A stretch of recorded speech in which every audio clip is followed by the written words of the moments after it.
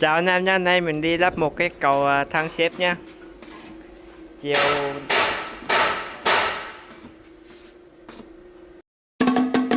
Không còn lo lắng về việc chiếm diện tích hay vướng víu, chỉ với một thao tác là gập lên, cầu thang xếp gọn sẽ giúp cho các anh chị tiết kiệm không gian sống ngay lập tức. Với thiết kế vững chắc và an toàn, cầu thang xếp gọn sẽ mang lại sự tiện nghi tối ưu cho mọi gia đình. Anh chủ nhà có chia sẻ với em.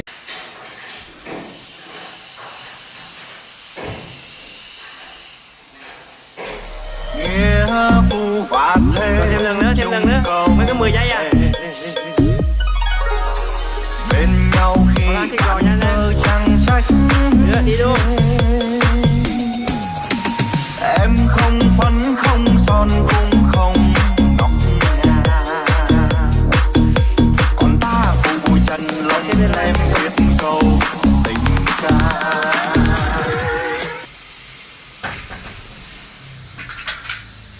Ok.